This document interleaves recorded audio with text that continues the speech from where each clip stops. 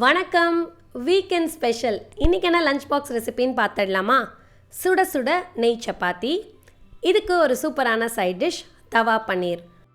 இது செய்யறதுக்கு ஒரு பவுலில் மிளகாய்த்தூள், தனியாத்தூள், சீரகத்தூள், கரம் மசாலா, உப்பு, மஞ்சள் தூள், 1 டீஸ்பூன் இஞ்சி பூண்டு விழுது, 2 டேபிள் ஸ்பூன் அளவுக்கு புளிக்காத தயிர், கூடவே எலுமிச்சப்பழ சாறு, 2 டீஸ்பூன் சோள மாவு, கொஞ்சமாக கசூர் மேத்தி இதெல்லாம் சேர்த்து நல்லா கலந்துக்கோங்க.